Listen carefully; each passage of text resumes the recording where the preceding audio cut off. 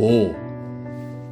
푸른 하늘, 회칠한 벽, 그 벽을 따라 백양나무들이 사다리 계단처럼 위로 오르기도 했고 앞마당으로 내려오기도 했다. 수위들은 앞마당에 떨어진 잎을 쓰레기통에 넣고 있었다. 그 벽은 너무 높았고 계단의 간격은 너무 넓었다. 그 간격을 오르기 위해서 그는 내대 발자국이 필요했다. 조심, 저 노란색 버스는 왜 저렇게 높은 벽을 따라 갑충처럼 기어 달려야 할까? 그 버스는 오늘 단 한 사람의 손님을 싣고 왔다. 그였다. 그가 누군데? 누굴까? 그가 이 디딤판에서 디딤판으로 매달린 듯이 기어오를 수 있다면. 그러나 그럴 수 없었다. 그는 언제나 굽히지 않고 꼿꼿했고 허리를 굽힐 줄 몰랐다. 그가 교회의 의자에 무릎을 꿇거나 출발점을 위해 땅에 파놓은 구멍에 서서 꼿꼿한 자세를 포기했다면 어떻게 됐을까? 그였을까? 누구였을까? 정은과 블레센펠트 공원에 있는 나무엔 25, 50, 75, 100이란 숫자판이 정확하게 그려져 있었다. 그는 출발점에 무릎을 꿇고 혼자서 중얼거렸다. 제자리, 준비, 출발. 출발하여 달렸다. 그는 속도를 늦췄고 제자리로 돌아왔다. 스톱워치의 시간을 보면서 그는 대리석이 마치 노트인 것처럼 그 위에 시간을 적어 놓았다. 그 노트는 돌로 된 정운 탁자에 놓여 있었다. 그는 다시 출발점에서 무릎을 꿇고 자신에게 명령을 중얼거렸다. 출발하여 달렸고 이미 달려본 구간을 약간 늘렸다. 25라는 숫자를 넘어서는 데 걸리는 시간보다 25에서 50이라는 숫자까지 도달하는 데 시간이 더 오래 걸렸다. 그는 마지막으로 한번 100이라는 숫자까지 전 구간을 달렸고 걸리는 시간을 노트에 적었다. 11초 2였다. 이 기록은 마치 일종의 푸가처럼 정확했고 흥분시켰다. 그러나 그 구간은 훨씬 더 큰 지루함이 깃든 긴 여정이었다. 여름날 오후에 정원에서 또는 블레센펠트 공원에서의 하품이 나는 영원함 같은 것이었다. 출발하는 거 하면 다시 돌아오고 또 출발해서 조금 나아가다 다시 돌아오고 하는 것과 같은 일이었다. 그녀 곁에 앉아서 그는 노트에 적혀있는 숫자를 평가하고 해석하고 그 방법을 자랑했는데 흥분되기도 하고 지루하기도 한 두 가지를 모두 느꼈다. 그의 연습은 광신주의자 같은 분위기를 풍겼다. 힘차고 날씬한 젊은 몸에선 아직 사랑을 모르는 사람들의 진지한 땀냄새가 났다. 그녀의 남동생 브루도와 프리드리히가 냄새를 풍기고 높은 자전거에서 내릴 때면 그는 머릿속으로 거리와 시간을 재었다. 그들은 정원에서 광신적인 균형 감각 훈련을 통해서 열심히 다리 근육을 풀려고 애썼다. 아버지는 합창 연습에서 가슴이 진지하게 아치형으로 부풀어 오를 때면 아버지 냄새를 풍겼고 호흡 자체가 운동이 되었다. 노래가 만족을 주는 것이 아니라 코스튬에 의해 둘러싸인 듯한 시민의 진지함이 만족을 주었던 것이었다. 그들은 열심히 노래를 불렀고 진지하게 자전거를 탔다. 다리 근육, 가슴 근육, 입 근육이 진지했다. 다리, 가슴, 입의 근육은 모두 튼튼했다. 경련이 다리와 뺨으로 역겨운 보랏빛 번개처럼 일어나기도 했다. 그들은 추울 가을밤에 몇 시간 동안 토끼를 쏘려고 서 있었고 양배추 그루터기 뒤에 숨어 있다가 결국 아침 여명에 긴장된 근육으로 자비를 베풀어 그것의 구제를 결심하고 지그재그로 산탄빛 속을 달렸다. 무엇을 위해, 무엇을 위해, 무엇을 위해서. 비밀스러운 웃음을 머금고 숨겨진 시계의 기계장치에 숨겨진 바늘로 참을 수 없는 압박을 완화하면서 긴장감을 풀었던 그는 어디에 있었던가? 그는 물소의 성찬을 먹지 않았던 유일한 사람인가? 등나무 정자 뒤에서의 웃음, 감개와 사랑 같은 책이 있었다. 그녀는 그가 인쇄소문을 나오는 것을 난간 위로 몸을 굽혀서 보았다. 그는 가벼운 발걸음으로 카페 크론으로 갔었다. 그는 비밀스러운 웃음을 시계의 바늘처럼 지니고 다녔었다. 그가 그녀의 전리품이었을까? 아니면 그녀가 그의 것이었을까? 조심, 조심. 왜 항상 굽힐 줄 모르고 그렇게 꼿꼿하기만 하니? 발 한 번 잘못 디디면 시퍼런 바닥으로 떨어져서 저 밑 쓰레기통의 콘크리트 벽에 부딪혀 박살이 날 것이다. 시들어 떨어진 나무잎도 충격을 완화하지는 못할 것이다. 화강암으로 테를 두른 계단은 쿠션이 충분치 않다. 그가 그 사람인가? 누구인가? 감시온 후페르츠는 문에 서서 방문객들에게 굽실거리며 차, 커피, 맥주, 포도주, 꼬냑 중 어떤 걸 드시겠냐고 묻고서 잠깐 기다리라고 한다. 프리드리히는 말을 타고 왔을지도 모른다. 그는 한 번도 저 담장을 기어 내려오는 딱정벌레 같은 노란 버스를 타고 온 일이 없었다. 브루노는 언제나 지팡이를 갖고 다녔다. 그는 그걸로 시간을 보내는 듯 했다. 그 지팡이로 시간을 부셔버리거나 작게 나누기도 하고 카드놀로 시간을 잘게 부수기도 했다. 프리드리히는 말을 타고 왔고 브루노는 지팡이를 갖고 왔을 것이다. 그러나 프리드리히에게 꼬냑을 주지도 않았고 브루노에게 포도주를 주지도 않았다. 그들은 죽었기 때문이다. 아둔한 창기병들은 에르비 르우테란 곳에서 기관총탄이 쏟아지는 속으로 말을 타고 돌진했던 것이다. 그들은 시민의 악덕으로 시민의 미덕을 없앨 수 있을 것이라고 또 음담들로서 훈련했던 경건함을 없애버릴 수 있다고 생각했던 것이었다. 그러나 벌거벗고 클럽 테이블 위에서 춤추는 예쁜 여인들이 그들의 조상을 욕되게 하는 것은 아니었다. 그들의 조상들도 미술관에서 볼 수 있듯 그렇게 고상한 것만은 아니었다. 코냑과 와인을 음료수 메뉴에서 영원히 지워버렸어요. 친애하는 후페르츠, 아마 맥주도 지웠을까? 오토의 걸음걸이는 그리 씩씩하지는 않았고 행진의 걸음걸이였다. 그는 적대감을 외치며 복도의 타일을 북을 치듯 치고 적대감을 가지고 포도 위를 행진하며 모데스트가를 내려갔다. 그는 벌써 물소의 성찬을 먹은 바 있었다. 죽어가는 형이 힌덴부르크라는 이름을 오토에게 넘겨주었던가? 하인리히가 죽은 지 2주 후에 오토가 태어났고 그는 키예프에서 전사했다. 나는 더 이상 편견을 갖지 않을 거예요. 후베르츠, 브루노와 프리드리, 오토와 에디트, 요하나와 하인리 모두 다 죽어버렸잖아요. 커피도 없다. 그 사람은 비밀스러운 웃음을 지었던 사람이 아니다. 나는 그가 발자국을 뗄 때마다 그 웃음을 알아챘다. 그는 늙었다. 후페르츠, 여기 이 사람에게 우유를 넣고 설탕을 넣지 않은 진한 차 한 잔을 드려요. 내 아들, 굽힐 줄 모르고 꼿꼿했던 로베르트에게 말이야. 그 아이는 언제나 비밀을 품고 자라왔으며 지금도 가슴 속에 비밀을 하나 품고 있지. 그들이 그를 때려서 그의 등을 멍들게 했으나 그는 굽힐 줄 몰랐고 자신의 비밀을 포기해버리지 않았으며 흉노의 약국에서 검은 화약을 제조해준 내 사촌 게오르크를 배신하지도 않았다. 그는 양쪽 사다리에 걸쳐서 마치 이카로스처럼 팔을 벌리고 입구 쪽으로 갔다. 쓰레기통에 빠지거나 화강암에 부딪혀서 박살나지는 않을 것이다. 여복의 후페르츠, 우유를 넣고 설탕을 넣지 않은 진한 차 한 잔 드려요. 그리고 내게 피맛이 나고 동료와 복수의 냄새가 나는 어두운 소식을 가져다 준 대천사 같은 사람에게 담배를 권해줘요. 그들이 100m를 10초 구에 달린 금발의 젊은이를 죽였지. 내가 볼 때마다 웃었던 그를 나는 단지 3번 보았을 뿐이야. 그는 트리슐로와 열쇠공이 40년간이나 못 고치고 내버려둔 내 보석 상자의 조그만 자물쇠를 능숙한 솜씨로 고쳤었다. 그는 대천사가 아니라 단지 천사일 뿐이었다. 이름은 페르디였고 금발이었다. 그는 물소의 성찬을 먹은 자들과 뜯으면 폭음을 내는 그레크 봉봉으로 그들과 맞설 수 있다고 믿었던 바보였다. 차, 포도주, 맥주는 안 마셨고 커피나 코냑을 마셨다. 그냥 수도꼭지에 입을 대고 물을 마시면서 웃었던 젊은이였다. 그가 아직 살아있다면 무기 걱정을 했을 것이다. 또 한 사람의 천사는 웃을 줄 모르는 어두운 사람, 에디트의 오빠였다. 그들은 그를 슈렐라라고 불렀다. 결코 성이 불리지 않은 사람 중의 한 사람이었다.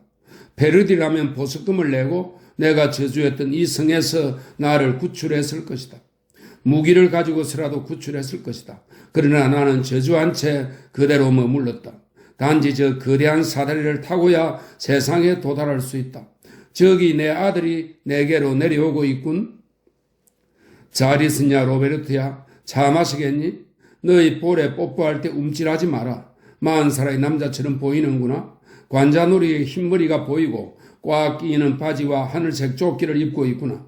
너무 이목을 끄는 것 아니니? 중년 신사같이 보이는 게 오히려 더 좋을지도 모르지. 사람들이 기침 소리를 기꺼이 듣고 싶어하는 장처럼 보이는구나. 그러나 정말로 기침 같은 것을 할 것처럼 너무 부드러워 보이는구나. 미안하다 웃어서. 머리 스타일은 요즘의 스타일로 세련되어 보이는구나. 흰머리는 진짜로 보이고 특수염 자국은 하루에 2번 해야 할 면도를 한 번만 하는 것처럼 보이는구나. 멋지다. 붉은 흉터는 그대로구나. 그 흉터 때문에 그들이 널 금방 알아보겠구나. 그걸 없앨 방법은 없는 거니? 아니다. 걱정할 필요가 없다. 그들이 채찍을 벽에 그려놓도록 나를 자극한 적은 없었고 단지 물었을 뿐이었다. 언제 내가 너를 마지막으로 보았느냐고? 나는 사실대로 말해 주었단다. 아침에 학교 가기 위해서 전차를 타러 갔을 때라고. 그러나 그는 학교에 안 왔습니다. 나는 잠자코 있었다. 그가 연락해 오지 않았습니까? 다시 사실대로 말했다. 아니요. 로베르트야, 넌 너의 흔적을 너무 눈에 띄게 남겼다. 굴삭기로 파헤쳐진 바라크 촌의 한 부인이 너의 이름과 우리 주소가 적힌 책 한 권을 가지고 왔었다. 녹색 빛이 나는 회색 겉장의 오비리우스 시집이었다. 바라크 촌에서 5km 떨어진 곳에서 한 장이 떨어져 나간 너의 책 한 권이 발견되었다. 닭똥이 묻어있는 그 책을 영화관의 매표구 여자가 사무실로 가져왔고 그녀를 요제프가 내게 데려왔다. 일주일 후에 그들이 내게 또 물었다. 당신과는 연락을 했죠? 나는 아니다라고 말했다. 나중엔 그들 중 네틀링거라는 사람이 왔는데 내가 종종 손님으로 맞이해 본 적이 있는 사람이었다. 당신 자신에게 관계된 일이니 사실대로 말해 주십시오라고 그는 말했고 나는 그러겠다고 대답했다. 이때 나는 너가 그들에게서 도망쳤다는 것을 알았다. 몇 달 동안은 아무 일이 없었다. 얘야, 그 뒤에 에디트가 와서 임신했어요 하고 말했다. 나는 하나님께서 저에게 축복을 내리셨어요 라는 그녀의 말을 듣고 깜짝 놀랐다. 나는 그녀의 목소리가 두려웠다. 미안하다만 나는 종파를 좋아해 본 일이 없었다. 그녀는 임신했으나 혼자였다. 그녀 아버지는 체포되었고 오빠는 사라졌고 너는 도망쳤다. 그들은 그녀를 2주일 동안 가두어 두었고 신문했다. 그러나 그녀를 건드리지는 않았다. 얼마나 쉽게 한 상의 양이 헤어지게 되었는가. 한쪽 양 에리트만 남았던 것이었다.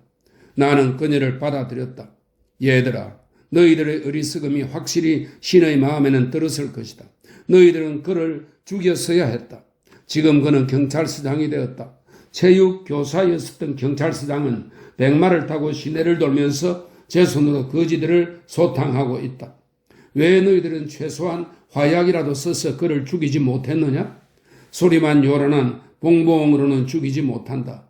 얘들아, 그것을 내게 물었으면 좋았을 걸 그랬다. 죽음이란 금속으로 되어 있다.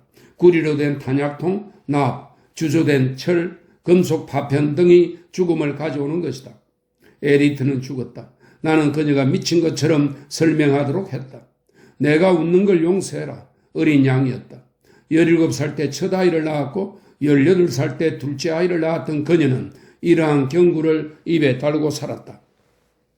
주님이 하신 일이다. 주님께서 이 일을 하셨다. 주님이 가져가셨다. 주님. 그녀는 주님이 우리의 형제라는 것을 모르고 있었다. 너는 형제들과 함께 위로받으며 한번 웃을 수 있지만 주님과 함께는 항상 그렇지는 않다. 나는 야생거위가 양을 잡아 찢어 죽인다는 걸 전혀 몰랐다. 야생거위를 언제나 평화롭게 풀을 뜯어먹는 새로만 생각했었다. 에디트는 마치 우리 집의 방패처럼 생생하게 누워있었다. 흡사하 가슴에서 피를 뿜어내는 어린 양과 같았다. 그러나 그녀를 위해 기도하기 위해 순교자, 성직자, 기사, 성인들이 그녀 주위를 둘러싸고 있지는 않았다. 오직 나밖에 없었다. 그녀는 죽었다. 얘야, 웃어보렴. 나는 웃어보려고 했지만 안 되었다. 적어도 하인리가 죽었을 때는 절대로 안 되었다. 그는 너하고 놀았지. 너에게 칼을 채워주고 투구를 씌워주기도 하고 너를 프랑스 사람이나 러시아 사람, 영국 사람으로 변장시키는 놀이도 했다. 조용한 아이들이었지. 그는 총을 가져야 해 라는 노래를 불렀다. 그 아이는 죽을 때 끔찍한 소리를 했다. 성스러운 물소의 이름 힌덴부르크를 속삭였다. 그는 시를 다 외우려고 했다. 그렇게 정확하고 책임감이 강했다. 그러나 난 쪽지를 찢어서 눈송이처럼 모데스트가로 날려버렸다. 로베르트야, 마시렴. 차가 식혔다. 담배도 여기 있고 그리고 가까이 좀 와라. 아주 작은 소리로 해야 할 말이 있다. 누구도 들어서는 안 된다. 최소한 아버지가 들으시면 안 된다. 아버지는 어린이 같으시다. 세상이 얼마나 악한지도 순수한 사람이 거의 없다는 것도 모르신다.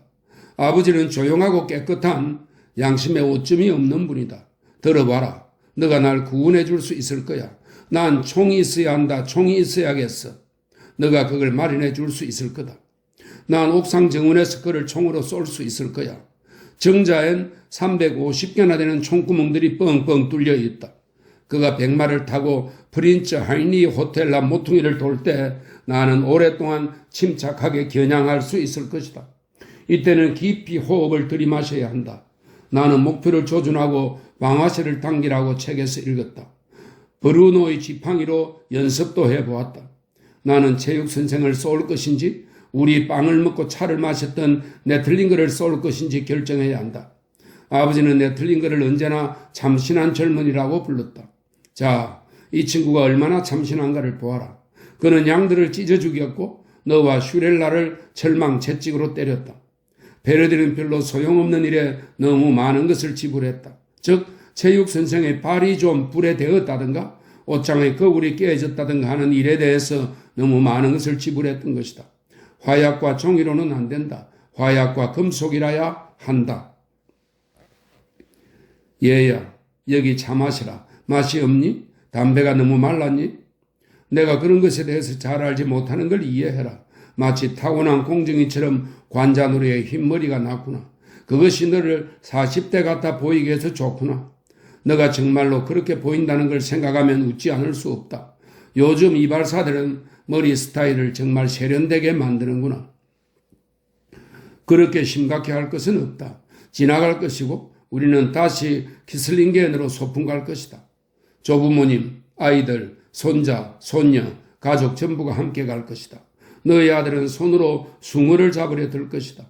우리는 수사들의 맛있는 빵을 먹고 포도주를 마시면서 저녁 예배를 드리게 될 것이다. 산에는 눈이 있고 개천은 얼어 있을 것이다. 얘야, 너가 계절을 골라보아라. 에리트는 성령 강림절을 제일 좋아할 것이다.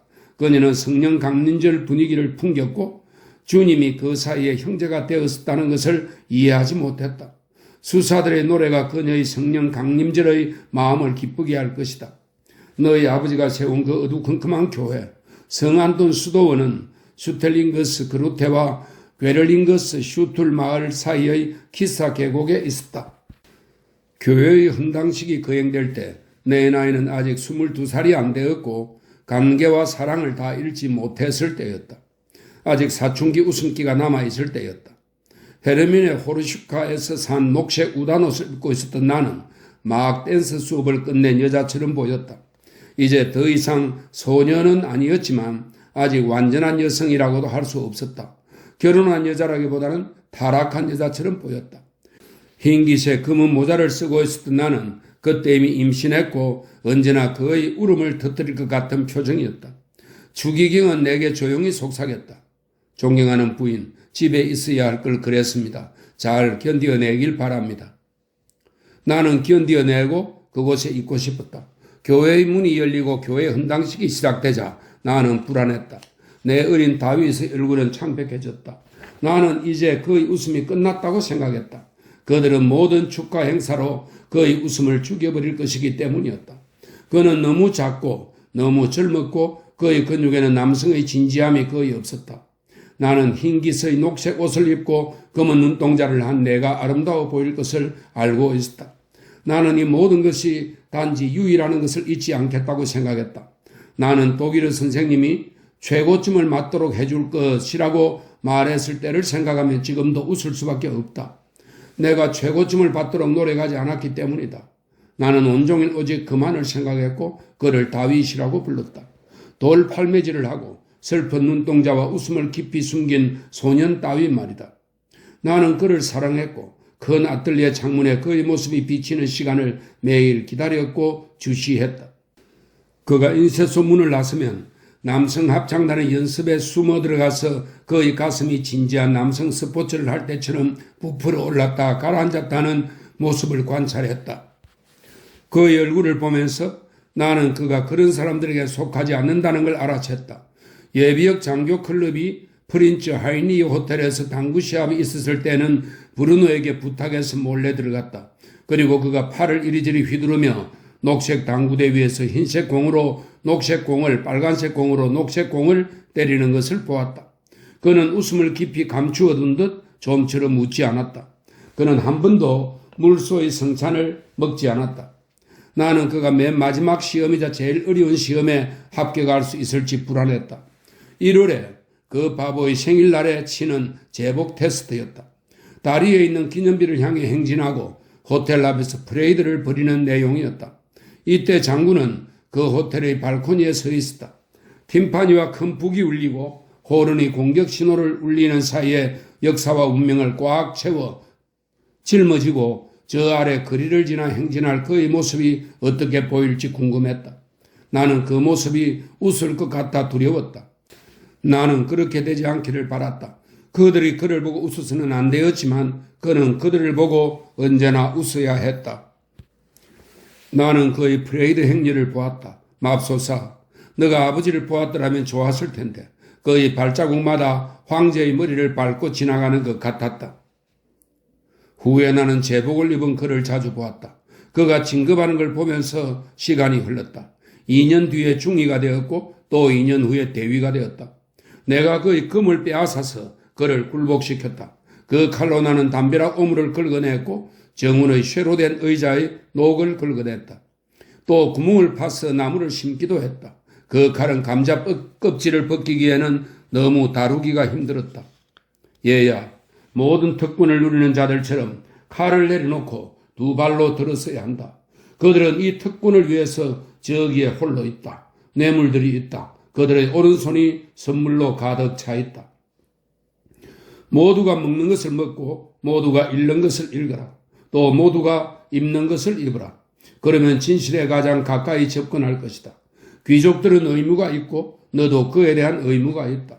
모든 다른 사람들이 톱밥을 먹으면 너도 그것을 먹고 지식인들을 위한 신문, 대메일 같은 것이 아닌 지역신문에서 애국적인 하찮은 것들을 읽어라. 그레츠네의 파스타나 수도원 원장이 보낸 버터나 꿀, 금화, 토끼의 내장도 받지 마라. 다른 사람들도 가지지 않았는데 무엇을 위해 갖겠느냐. 특권층이 아닌 사람은 위안 삼아 버터나 꿀을 먹어도 좋다. 그들의 위나 두뇌를 상하게 하지 않을 것이다. 그러나 로베르트, 너는 안 된다. 너는 이 찌꺼기 빵을 먹어야 하며 그래서 너희 눈들을 진리에 접근시켜야 한다.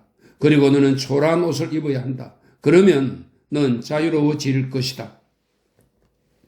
나는 딱 한 번 특권을 이용한 일이 있었다. 딱 한 번. 넌 나를 용서해야 한다. 나는 너희 석방운동을 하기 위해 드레시에게 가야만 했다. 우리는 더 이상 참을 수가 없었다. 아버지, 나, 에디트, 그리고 너희 아들이 이미 태어났으니까 넷이서 갔다. 우편함에서 내 쪽지를 찾아냈는데 어떻게나 작았던지 목캔디에 붙어있는 종이만 했다. 첫 번째 소식은 너가 없어진 지 넉 달 만에 왔다. 걱정하지 마십시오. 저는 암스테르담에서 열심히 공부하고 있습니다. 어머니께 키스를 보내며 로베르트. 일주일 후에 두 번째 편지가 왔다. 돈이 필요합니다. 신문지에 싸서 그롤이라는 사람에게 주십시오. 위 항구에 있는 앙크라는 식당의 종업원입니다. 어머님께 키스를 보내며 로베르트. 우리는 돈을 가지고 갔다. 그롤이라는 종업원이 말없이 우리에게 맥주와 레몬 주스를 갖다 주고 아무 말 없이 상자를 받았다.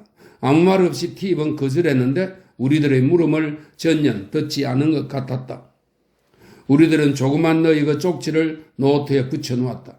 오랫동안 소식이 없었다가 그 뒤 자주 왔다. 돈은 항상 잘 받고 있습니다. 어머니께 2번, 4번, 6번째 키스를 보내며 로베르트. 그런데 오토는 어느 날 갑자기 더 이상 오토가 아니었다. 끔찍한 일이 일어난 것이었다. 그는 겉으로는 오토였으나 이미 오토가 아니었다. 네틀링거를 데려오고 체육선생을 집으로 데려왔다. 그들이 한 인간이 단지 껍데기만 남았다고 말한 것이 무슨 의미인지를 나는 알았다. 오토는 갑자기 다른 내용물로 채워진 껍데기일 뿐이었다. 그는 물소의 성찬을 맛보기만 한 것이 아니라 아주 취해버렸다. 오토는 옛날의 피는 모두 빠져버리고 새 피로 채워져 있었다. 그의 시선엔 살기가 번뜩여서 나는 겁을 먹고 그 쪽지를 감추었다. 몇 달 동안이나 쪽지는 오지 않았다. 나는 복도의 타일 바닥을 기어서 틈새마다 샅샅이 뒤졌고 차가운 바닥의 손가락만한 크기는 완전히 파헤쳤으며 전등을 뜯어내고 먼지를 끌어냈다. 나는 밤이면 우편함의 나사를 돌려 뜯어보았다. 오토가 와서 나를 벽으로 밀치고 문 쪽으로 밀었다. 몇 달 동안이나 나는 아무것도 발견하지 못했다. 밤새도록 나는 침실 커튼 뒤에서 동트기를 기다렸다. 거리와 현관을 주시하다가 신문 배달부가 오는 것을 보면 뛰어내려갔다. 그러나 아무것도 없었다. 빵봉지를 샅샅이 뒤져보기도 하고 우유를 조심스럽게 그릇에 비워보기도 하고 상표를 벗겨내 보기도 했으나 아무것도 없었다. 우리는 저녁이면 식당 앙크로 가서 유니폼을 입은 종업원들을 밀치고 들어가 그로울이 일하고 있는 뒤쪽 구석으로 갔으나 그는 말이 없었으며 우리를 모르는 척했다. 우리가 매일 저녁 그곳에 앉아서 기다리기 시작한 지 몇 주일 후에야 그는 맥주병 뚜껑 가장자리에다가 조심하세요. 난 아무것도 모릅니다. 라고 썼다. 그리고 맥주를 쏟아서 커다란 잉크 얼룩을 만들어 지웠다. 새 맥주를 가져왔고 맥주 값을 받지 않으려고 했다. 이 식당 앙크의 종업은 그로울은 젊었고 얼굴이 갸름했다. 우리는 물론 쪽지를 우리 우편함에다 넣어주곤 했던 젊은이가 이미 체포되었다는 사실을 몰랐다. 또한 우리는 미행당하고 있었다는 걸 몰랐고 그로울이 곧 우리와 얘기하길 그들이 바라고 있었기 때문에 아직 체포되지 않고 있다는 것도 몰랐다. 누가 살인자들의 이 고등수학을 알 수 있었겠니? 그로울과 쪽지를 전해주던 젊은이 둘 다 사라졌다. 로베르토야, 너는 나에게 무기도 주지 않고 이 저주받은 성에서 구해주지도 않는구나. 우리는 식당 앙크 방문을 그만두었다. 5달 동안 아무것도 듣지 못했다. 나는 더 이상 참을 수 없어서 처음으로 특권을 이용했다. 주지사 드레심 에밀 박사에게 갔다. 나는 그의 누이와 함께 학교에 다녔고 그와 함께 댄스 교습을 받았다. 우리는 시골에서 파티를 열었다. 마차에 맥주통을 싣고 숲가에 샌드위치를 풀어놓았으며 막 깎은 풀밭에서 느린 민속춤을 추었다. 나의 아버지는 그의 아버지가 학자가 아닌데도 아카데미 회원으로 추선해준 일이 있었다. 쓸데없는 소리다. 로베르트야, 심각한 문제일 경우 그런 것들은 믿지 마라. 나는 드레쉬를 에밀이라고 불렀다. 그것은 에밀의 약자였다. 당시에는 그것이 세련된 것으로 여겨졌다. 이제 30년이 지난 지금 그에게 방문하겠다는 연락을 취했던 것이었다. 나는 회색 정장을 입고 자줏빛 베일이 달린 회색 모자를 쓰고 끈 달린 검정 구두를 신었다. 그는 나를 직접 응접실에서 맞이하더니 손에 키스를 하면서 말했다. 아, 요하나, 그냥 M이라고 불러요. 나는 말했다. M, 나는 그 애가 어디 있는지 알아야겠어요. 당신들은 알잖아요? 그러나 마치 빙하 시대가 시작된 것 같았다. 로베르트야, 나는 곧 그가 모든 것을 알고 있다는 것을 눈치챘다. 그리고 그가 얼마나 형식적이되고 예민해지는가를 느꼈다. 즉 포도주를 마신 것 같은 입술이 두려움에 잠깐 떨렸다. 그는 주위를 둘러보더니 머리를 내저으며 속삭였다. 당신 아들이 한 짓은 비난받을 일일 뿐 아니라 정치적으로도 대단히 이성적이지 못해서. 그래서 나는 말했다. 정치적인 이성이 어디로 가고 있는지 당신을 보니 알겠군요. 내가 나가려고 하자 그가 붙들며 말했다. 맙소사, 그럼 모두가 잡혀가서 죽어야겠소?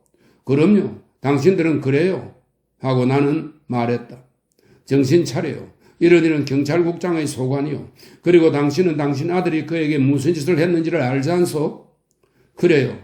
난 내 아들이 그에게 한 짓을 알아요. 유감스럽게도 아무 짓도 안 했죠. 그는 단지 5년 동안 그를 위해 모든 크리켓 경기에서 이겨준 일밖에 없어요. 그러자 이 비겁한 남자는 입술을 깨물고 말했다. 스포츠라. 스포츠가 항상 말썽이라 말이야. 로베르트야, 우리는 당시에 한 분의 손동작이 목숨을 앗아갈 수 있다는 것을 전혀 몰랐다. 바키라는 한 폴란드 포로가 자기에게 반대하는 손을 들었다고 해서 사형 선고를 내렸다. 그 포로는 손을 들었을 뿐 한 번도 때린 적도 없었다. 그 후 어느 날 아침 나는 아침 식사 접시에서 오토의 쪽지를 발견했다. 나도 돈이 필요합니다. 12,000마르크. 내게 그냥 현찰로 주셔도 좋습니다. 나는 아틀리에로 가서 금고에서 12,000마르크를 가져왔다. 너한테서 또 쪽지가 올 경우를 대비해서 거기 준비되어 있었던 것이다. 나는 그 돈뭉치를 오토의 아침 식사 접시에 던져 놓았다. 나는 진즉부터 암스테르담으로 가서 이젠 쪽지를 보내지 말라고 너에게 말하려고 했다. 그들은 누군가의 목숨을 필요로 했다.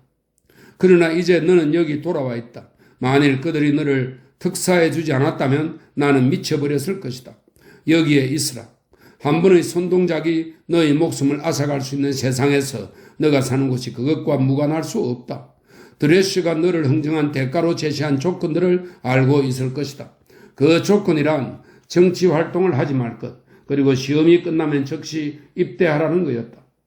아비투어를 반복하기 위해서 나는 이미 준비해 두었다. 이 아비투어는 인문계 고등학교 졸업시험이자 대학 진학 자격 시험입니다. 아비투어를 반복하기 위해서 나는 이미 준비를 해 두었다. 정력학자 클렘이 너를 시험하여 그가 할 수 있는 한 여러 학기를 허락하려고 한다. 너는 무조건 대학을 가야겠니? 그래, 너가 원하는 대로 해라. 정력학? 왜? 좋아, 너가 원하는 대로 해라. 에디트가 기뻐할 것이다.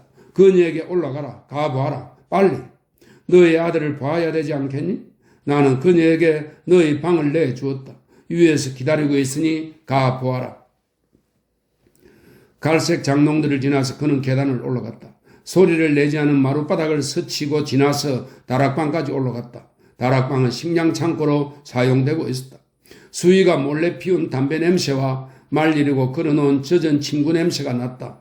정적이 짓눌렀다. 그 정적은 마치 굴뚝을 통해 올라오듯 계단을 통해 올라왔다. 그는 지붕에 있는 창을 통해 버스 정류장 쪽으로 나 있는 백양나무들을 바라보았다. 깨끗한 정원, 온실, 대리석 분수대, 담장 오른쪽에 있는 예배당, 전원처럼 보였고 전원이었으며 전원의 분위기였다. 소들은 전기 울타리 뒤에서 풀을 뜯고 있었고 돼지들은 쓰레기를 뒤지고 있었다. 요양소 담장 뒤의 시골길은 끝없는 정적 속으로 뻗어나가는 것 같았다. 그는 얼마나 자주 이곳에 서 있었던가.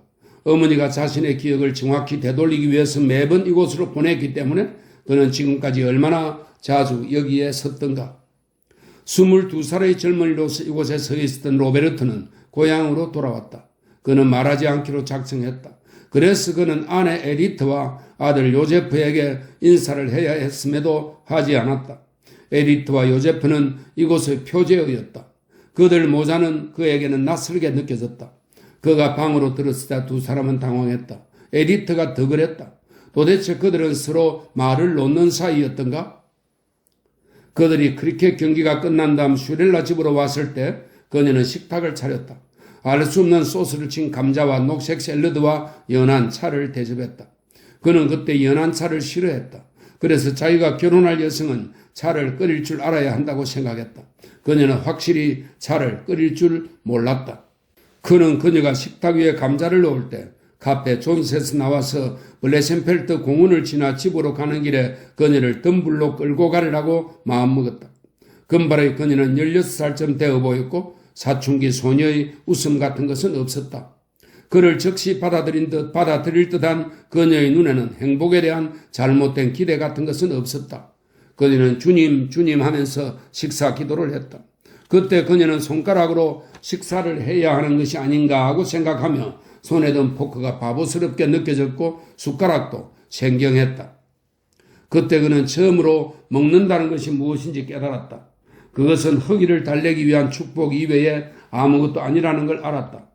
그루펠거리와 블레센펠트 공원을 지나 카페 존스로 가는 동안 그들은 서로 말을 하지 않았다. 그가 그녀의 손을 잡고 물소의 성찬을 먹지 않기로 맹세했을 때 그는 두려움을 느꼈다. 그는 마치 어느 축성식에 참석한 것 같이 불안했다. 공원을 지나 다시 집으로 돌아올 때 그는 에디트의 손을 잡고 망설였다. 그는 슈렐라를 먼저 가게 하고 저녁 하늘 아래 그의 진한 잿빛 실루엣이 사라지는 것을 보고 에디트를 덤불 쪽으로 끌어당겼다. 그녀는 반항하지도 웃지도 않았다. 그들은 숲이나 공원, 오후의 3등 대합실에서 말을 놓고 가까워졌다. 로베르트는 에디트를 자기 옆으로 끌어당겨 손목을 잡고 장님처럼 시내를 돌아다녔으며 그 마술 지팡이를 따라 본능적으로 제 집을 찾아갔다. 그러니까 로베르트는 가슴에 아이를 안고 자기 방에 앉아있는 그녀와 이전에는 말을 놓았다. 그는 그녀에게서 요제프를 받아 서투른 솜씨로 1분가량 안고 있다가 침대에 눕혔다. 그리고 고대부터 내려온 지식이 그를 휘감아 손, 입, 팔 등이 모두 흥분했다. 그러나 그녀는 여전히 차 끓이는 법을 몰랐고 후에 그들이 집을 갖게 되었을 때까지도 그랬다. 그는 대학에 갔다가 오거나 공병 하사관으로 휴가를 받아올 때 아이의 장난감을 들고 왔다. 그는 폭파 전문가로서 교육을 받았고 뒤에는 폭파대의 훈련까지 받았으며 그가 원하는 것을 정확히 포함하는 공식들을 만들어냈다. 즉 폐허와 먼지를 일으키는 일, 페르디, 프로글스케와 그로울이라 불리는 종업은 그의 쪽지를 우편함에 던져주었던 소년을 위한 복수를 하는 것이었다. 시장 바구니와 할인권을 든 에디트는 요리책을 보면서 요제프에게 우유를 먹이고 루트를 안고 있었다. 젊은 아버지와 젊은 어머니였다. 그녀는 남편을 마중하기 위해 유모차를 끌고 부대의 문으로 왔고 그들은 강변을 산책하기도 했고 크리켓 경기장이나 축구 경기장을 거닐기도 했다. 만조와 간조 때에는 둑에 앉아 있었으며 요제프는 강가 모래밭에서 놀았다. 루트는 그런 말을 시작할 때였다. 아이들이 2년 동안 그러는 사이 결혼 생활의 2년이 지나갔다. 어린 시절의 철없는 행동은 사면되고 용서되었다. 그는 가장 뛰어난 장교 보좌관 중 한 사람이 되었으며 먼지와 폐허를 일으키며 폭파 공식을 익혀갔다. 알프레트에게서는 편지 없어요? 그녀가 이렇게 물었을 때 그는 그녀가 누구를 말하는지 몰랐고 그녀가 슈렐라를 지칭한 것임을 잊을 정도였다. 그가 진급하는 것을 보고 세월이 흐르는 것을 알 수 있었다. 반년 만에 하사관, 다시 반년 만에 상사, 또 반년이 지나자 소위가 되었다. 그리고 둔감하고 완전히 기쁨을 잃어버린 잿빛 무리들이 기차역으로 나갔다. 길가에는 꽃도 웃음도 없었고 황제의 미소도 없었다. 그들은 부부 생활을 꾸려나가던 장난감 같은 방을 떠났고 결코 물소의 성찬을 먹지 않겠다는 맹세를 기차역에서 새로이 다졌다.